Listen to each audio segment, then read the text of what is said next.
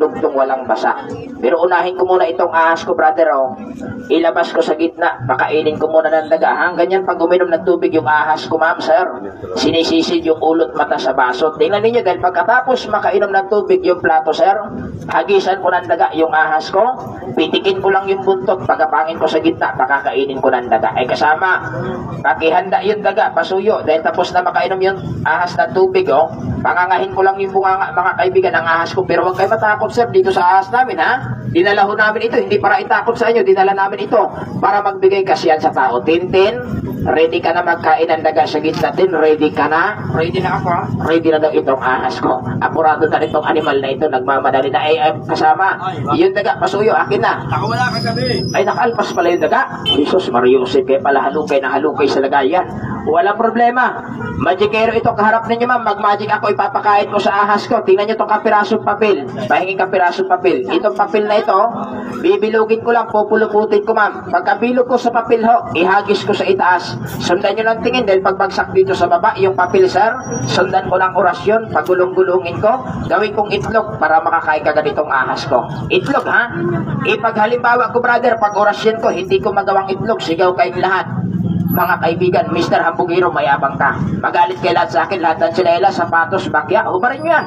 Pagkatapos, ipokpok, ihampas sa ulo ng aking kasama. Hindi ako magagalit. Huwag lang ako sa akin, masakit yun, ha? Sa kanila lang, bakit pinakawalan? Yun na na nahuli namin kagabi. Pero ikaso ang papel, hindi ko magawang itlog. Itong unang orasyon, isperkingking, isperkangkang, borikingking, borikangkang, tikungkung tikangkang, itlog na katikangkang, igusom, impactum, duminom, yawarom, Diyos ko day, tuli nyo maitom-itom. Sigurado itlog na ito. Ito sa ating katuhan, kasihan lang ay kasama. Pasoy ako sikpo natin mahiwaga ito. Itong sikpo namin mahiwaga, sir, itong supot ko, kahit ano hingain magbigay. Huwag ka lang humingin ang asawa ho, hindi ka siya dito, ha? Pero balik ta rin ko, brother, Mrs. Wala lamang itlog ito. Ito, musikan mo muna sa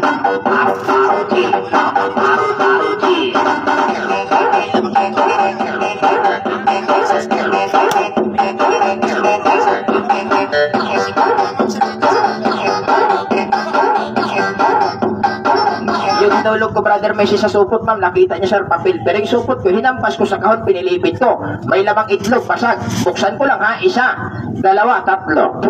At tingnan niyo, mga kaibigan, sa isang mata, sir, yung papel na wala, ang pumalit, itlog agad.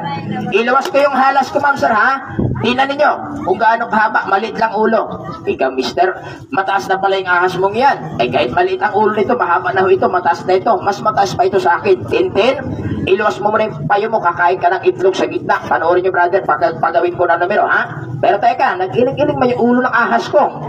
Ay, nakalimutan ko pala, ma'am, sir. Itong ahas namin daladalang ito, Mrs. Brother, hindi kakain pag walang buhay. Kailangan may buhay. Gumagalaw yung kinakain ng ahas ko, sir. Tingnan nyo muna, mga kaibigan, ha? Yung itlog na nagawa ko, lalagyan ko ng buhay ito, sir, ma'am. Pagagalawin ko, ihagis ko sa itaas. Sundan nyo ng tingin, sir, pag bagsak niya sa baba, basag yung itlog. Pero hindi ko gagawing sisiw ito. Gagawin kong palaka, palunag-lunagin ko sa gitna para makakain yung ahas ko. Palaka, mga kaibigan, ha? Ilagay ko sa gitna, katulad yan. Isa, dalawa, tatlo. Masagin ko lang ho, para magawang palaka. Lagyan ko Latin na orasyon Bisaya, katulad ito. Pero si brother, si Macy's, tumatawa, narinig ko nakasabi, mister, totoo kayong itlog magiging palaka. Sa akin po, sir,